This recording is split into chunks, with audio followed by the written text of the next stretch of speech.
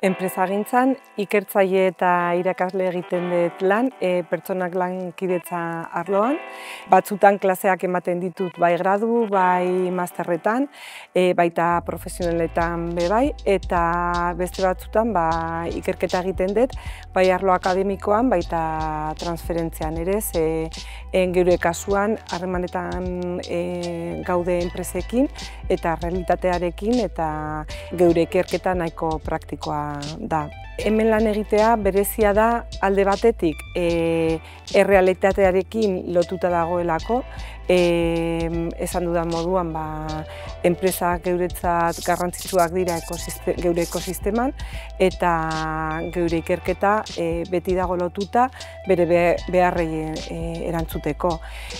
Aldi berean, harremetan nago gradu eta masterreko ikasleekin, eta horrek bai informazio nahiko ematen dit, gero ikerketa horretan aberastasun puntu bat emoteko eta zerbait desberdina egiteko.